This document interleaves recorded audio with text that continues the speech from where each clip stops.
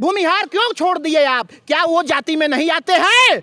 यही समता है। ये कानून रहेगा नहीं, इसको मैं फाड़ता हूं। ये देखिए, इस बिल को मैं फाड़ रहा हूं, ये देखिए। और इसको बता दीजिए कि सरकार को भी मैं बता देता हूं कि अगर इस कानून का वापसी नहीं होगा तो ये देखिए आंदोलन होने जा रहा है। जो देश की दशा और दिशा को तय करते हैं, अब देश के विश्वविद्यालयों में भी जाति के आधार पर शिक्षा दिया जाएगा। अब देश के विश्वविद्यालयों में भी जाति के आधार पर मित्रता तय की जाएगी। अब मित्र बनाने से पहले ये बालक छात्र छात्रा ये देखेंगे कि ये व्यक्ति सामने वाला किस जाति का है और मैं उससे मित्रता करूं कि नहीं करूं। बताइए, ये सरकार का फैसला तो नहीं हो सकता है। सरकार को बदनाम करने की साजिश रची जा रही है। भाई ऐसा आप क्यों करेंगे? और जाति में बाभन ठाकुर को छोड़ दिए, कायस्थ को छोड़ दिए, भूमिहार को छोड़ दिए, 7,000 ओबीसी को ले लिए, एसटी को 2,000 ले लिए, शेड्यूल कास्ट को ले लिए। ये 4 जातियां आपको बहुत भारी हो गई थी। अनुपम शुक्ला हमारा नाम है। अनुपम जी, क्या कहेंगे जिस तरह से यूजीसी का जो संशोधन हुआ है यूजीसी में, सर क्या कहेंगे जिस तरह से अब विवाद जो है पूरा देश में तूल पकड़ लिया है और लगातार कहा भी जा रहा है कि पहली बार भाजपा सरकार में एक कानून में संशोधन हुआ है जो SC ST OBC के लिए सबसे हित और सर्वोपरि है। नहीं तो पहले आप ये समझ लीजिए कि ये कानून क्या है। ये समता समिति का गठन करने के लिए जो कानून लाया गया है, इसका विरोध देशव्यापी हो रहा है। हम देख रहे हैं पूरे देश में जगह जगह इसका विरोध हो रहा है। लेकिन ये जानना होगा कि ये कानून कह क्या रहा है। आपको मैं बता दूं, देखिए इसका जो है गजट जो प्रकाशित हुआ है वो हमारे पास ही है और इसमें ये कहा जा रहा है, इसकी परिभाषा दी जा रही है, जिसमें पहला खंड कह रहा है कि पीड़ित व्यक्ति जो है, मैं आपको पढ़ के बता देता हूँ। इसमें इसका उद्देश्य है कि धर्म, नस्ल, जाति, लिंग, जन्म स्थान या दिव्यांगता के आधार पर विशेष रूप से अनुसूचित जाति एवं अनुसूचित जनजाति, सामाजिक एवं शैक्षणिक रूप से पिछड़े वर्गों, आर्थिक रूप से कमजोर वर्गों, दिव्यांगजनों अथवा इनमें से किसी के भी सदस्यों के विरुद्ध भेदभाव का उन्मूलन करना तथा उच्च शिक्षा संस्थानों के हितधारकों के मध्य पूर्ण समता एवं समावेशन को संवर्धन देना है। बहुत अच्छी बात है, इसको हम मानते हैं। परंतु जब ये जाति की बात आती है तो इस जाति में भेदभाव के लिए केवल 3 वर्गों को ही रखा गया है महोदय। शेड्यूल कास्ट, अनुसूचित जाति, ST, शेड्यूल ट्राइब और OBC अन्य पिछड़ा वर्ग। अब ये बताइए कि जाति में तो अनारक्षित जाति भी आती है, ब्राह्मण आता है, क्षत्रिय आता है, कायस्थ आता है, भूमिहार आता है कि नहीं आता है? लेकिन आप इस कानून के तहत केवल विशेष चुन करके जातियों को लाभ देना चाहते हैं। आप चाहते क्या हैं? समाज में वैमनस्यता तो हम लोगों को आए दिन बढ़ता हुआ दिख भी रहा है, परंतु अब विश्वविद्यालयों में भी जो देश की दशा और दिशा को तय करते हैं, अब देश के विश्वविद्यालयों में भी जाति के आधार पर शिक्षा दिया जाएगा। अब देश के विश्वविद्यालयों में भी जाति के आधार पर मित्रता तय की जाएगी। अब मित्र बनाने से पहले ये बालक छात्र छात्रा ये देखेंगे कि ये व्यक्ति सामने वाला किस जाति का है और मैं उससे मित्रता करूं कि नहीं करूं। बताइए, ये कितनी बड़ी विडंबना है और ये कैसा कानून है। जाति में तो सभी आते हैं, देखेंगे अन्य पिछड़ा वर्ग में 7,000 से अधिक जातियां हैं। अनुसूचित जनजातियों की जब बात करेंगे तो 2,500 से अधिक अनुसूचित जनजातियां हैं।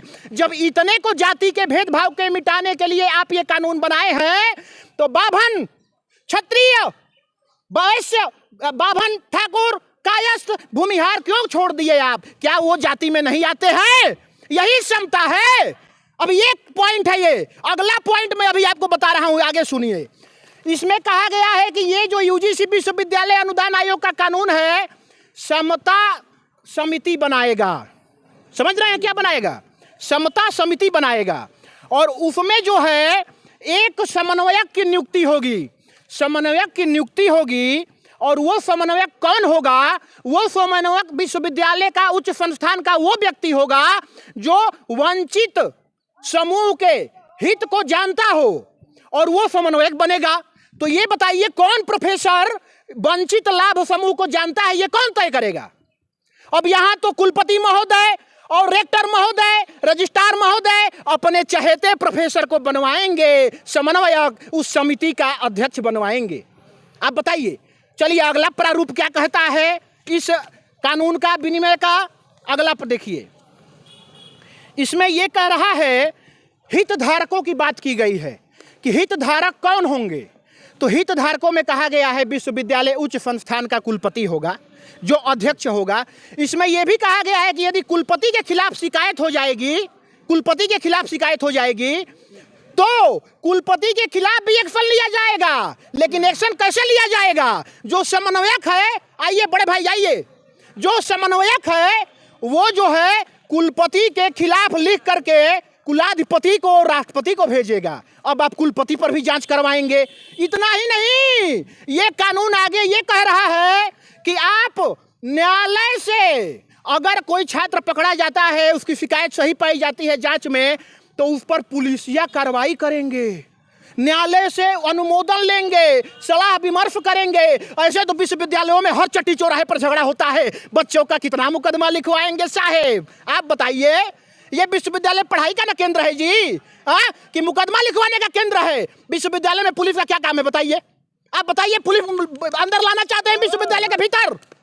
विश्वविद्यालय के भीतर अगर पुलिस, इसमें ये प्रारूप में लिखा गया है कि जो समता समिति होगी, वो समता समिति, उसके कंसल्टेंट मेंबर जो है पुलिस और न्यायपालिका के सदस्य होंगे। ये बताइए, पुलिस से कंसल्ट करके और वो समता समिति निर्णय करेगी। अरे भाई, ऐसा आप क्यों करेंगे? और जाति में बावन ठाकुर को छोड़ दिए, कायस्थ को छोड़ दिए, भूमिहार को छोड़ दिए, 7,000 ओबीसी को ले लिए, एसटी को 2,000 ले लिए, शेड्यूल कास्ट को ले लिए। ये 4 जातियां आपको बहुत भारी हो गई थी, हाँ?